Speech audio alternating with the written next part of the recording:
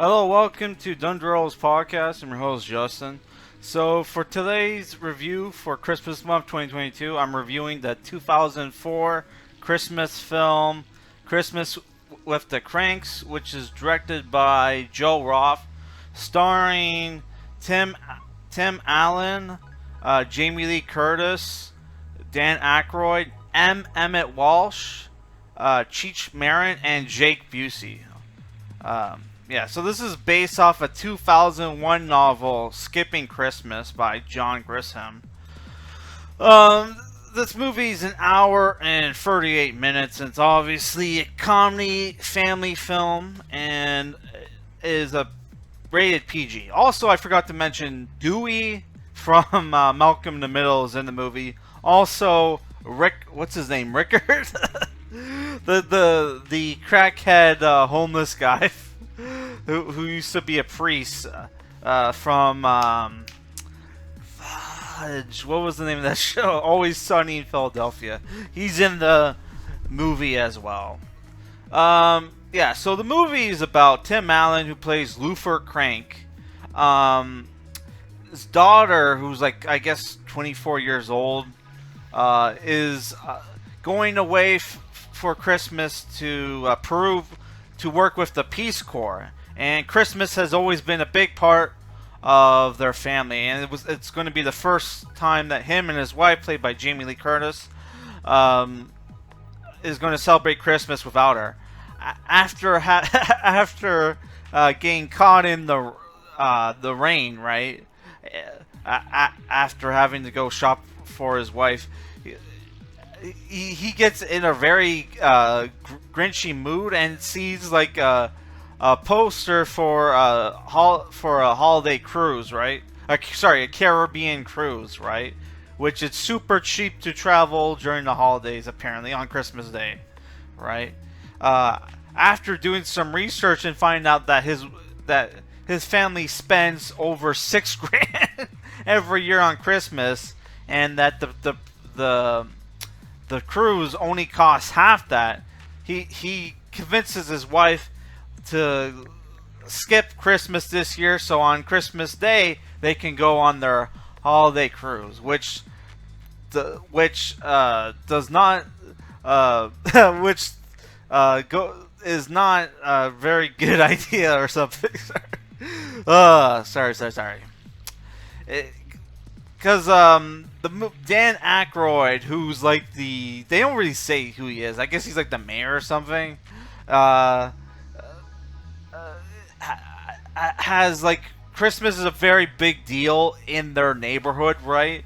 So when it's found out that by everybody that that the Kranks are going to be skipping Christmas this year, Dan Aykroyd and the whole neighborhood turns against them and tries to peer pressure them into celebrating Christmas, right? Including like the cranky neighbor who lives across the street, who's played by Emmett Walsh, who constantly berates like Luther, calls him old man. Hey, you're working for the man. You're not partner yet at your firm or whatever. Which I guess he's like a lawyer, does tax returns or some shit. I don't know. Yeah. So the first half of the movie is like this wacky comedy where Tim Allen is basically going against like a war with the whole neighborhood, right? Doesn't want to celebrate Christmas, doesn't want to buy a Christmas tree, doesn't want to buy the shitty calendar from the police department, which, you know, right. And like, you know, you have his wife Jamie Lee Curtis, who like feels bad that they're not celebrating Christmas, and it's like and everybody, you know, feels like everybody's pressuring her, right? So at first they're not going to give in, and they're going to go on their cruise, only for their plans to get completely ruined when their bitch of a daughter decides to leave Peru, the Peace Corps mission, to come home for the holidays with her new Peruvian boyfriend, who totally doesn't look like he's from Peru. Like, looks like he's just a white guy with a tan. Right, which I could be wrong, but that guy totally, that guy, like, no way he's actually Spanish or whatever. Like, he look like the guy looks like too Caucasian. Right, his name's Enrique. Let's look this guy up. Let's see, Enrique Rene Levon. Rene Levon, Cuban. Okay, he's Cuban. Okay, so I was half right. Oh my god. Yeah. I was, you know, Cubans are white. Yeah. So yeah, it turns out like, oh, she's coming home for Christmas, and like, you know, everybody has Luthor and Jamie Lee Curtis character, which I think her name's Bev or something, is able to convince like is able to get help from the entire neighborhood to throw this big Christmas party and decorate their house to get, you know, ready for Blair and her boyfriend Enrique. So what did I think about the movie?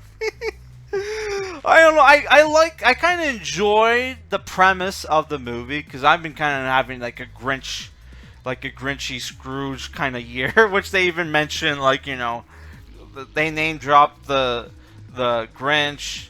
Sorry, the name dropped the Scrooge.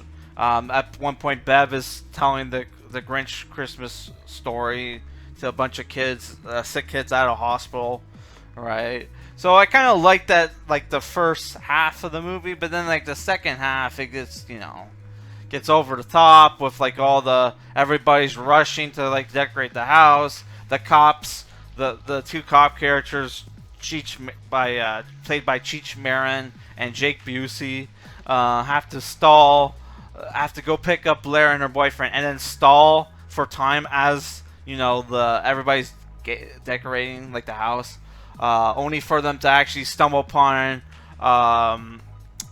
what's it called, cat burglar, right? Stumble upon a cat burglar, arrest him, right? And he gets taken to the Christmas party and get released by Dewey. Dewey believes him when he tells him, "Yeah, I was just stealing for my kids, man. I'm cool in here. Can I go? I haven't eaten 7 days. Can I go and get a bite to eat?" Right? And he tries to rob the place, right? And only to, you know, be stopped by Marty, the guy nobody knows, but everybody. Sorry, nobody knows who he is, but he knows everybody, right? Turns out he was the Santa Claus who was trying to sell, like, you know, Luthor umbrellas, right? When in the beginning of the film. Yeah, so I like the first half, and then the movie obviously cucks to the society peer pressure, right? Which there was a YouTube video where somebody's like, "This movie is commie propaganda," right? And Luthor's like, when Luthor hears that, oh, her boyfriend's from Peru, he's like, "Oh, great, he's a commie." Right? So like, I think that's bullshit, that theory, but there might be some merit to it. Right? And by the way, there's like a scene in the movie where they're like,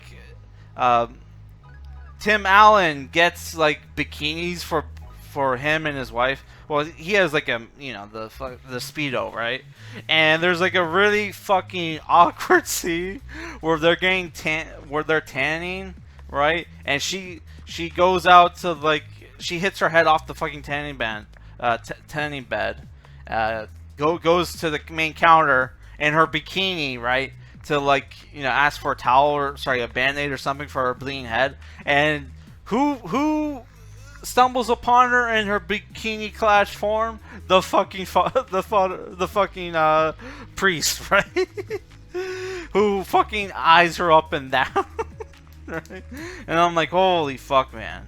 Like, somebody, cause like Jamie Lee Curtis, I guess, is like somewhat of a sex symbol, I guess, but it's like, holy fuck, dude. She not in this movie, man. Which I never really thought Jamie Lee Curtis was that attractive. The only time like Jamie Lee Curtis was attractive was maybe in that. Well, I heard she's like, you know, she's hot in a bunch of like 80s horror movies. But like I only found her hot in that scene in True Lies where she has to masquerade as a escort to like sent on a spy mission by her husband, right? Which what was the fucking game plan with that? I don't fucking know. I guess he was trying to figure out if she would actually cheat on him, right? But yeah, like that was the striptease scene from that movie is like the only time like Jamie Lee Curtis was ever. And sometimes I wonder if if James Cameron didn't just like, you know, do digital effect and just put like Jamie Lee Curtis head on a hot chick's body. Because like look at her in this movie and look at her in this movie, and it's like I know it's been 10 years or something between those two movies, but it's like holy fuck, she gained a lot of weight. Like if you're into gilfs, I guess like Jamie Lee Curtis is hot in this movie, but it's like holy fuck, man. Well, a lot of sexualization with Jamie Lee Curtis in this movie. And there's like a scene in the beginning of the movie where Tim Allen's about to tell her about his idea to go to a Christmas cruise, right? And he's like smiling at her, he's all happy, and she thinks, oh, he wants to fuck. So she's like, she unbuttons her shirt, right? She starts trying to take her clothes off, and he's like, what are you doing? Button up. I got these tickets to this cruise or whatever. So it's like holy fuck, man. So somebody was like, all that shit, man, was like very inappropriate for what's supposed to be like a family comedy film. Right? But overall, I enjoyed the movie, right? Even though some of the shit in the movie made me cringe and I had the pause, but overall I enjoyed the movie.